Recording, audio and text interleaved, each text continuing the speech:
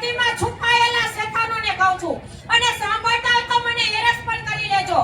આ મારી તમને ખુલ્લી ચેતવણી છે, કારણ કે તમે એક નંબરના હરામીઓ છો.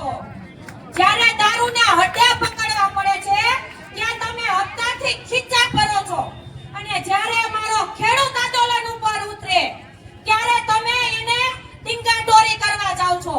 વિચાર કરો, ઢાંકણીમાં પાણી લઈને ડૂબી મરો. આજે એક સ્ત્રી થઈને તમને ઉખાડા કરે છે અને પૈસા પૈસા કરો છો. હું તો એમ કહું છું કે સંસદમાં મીટિંગ નહીં, સંસદમાં જઈને મુજરા કરો. એટલે આ ગુજરાતની દીકરીઓ,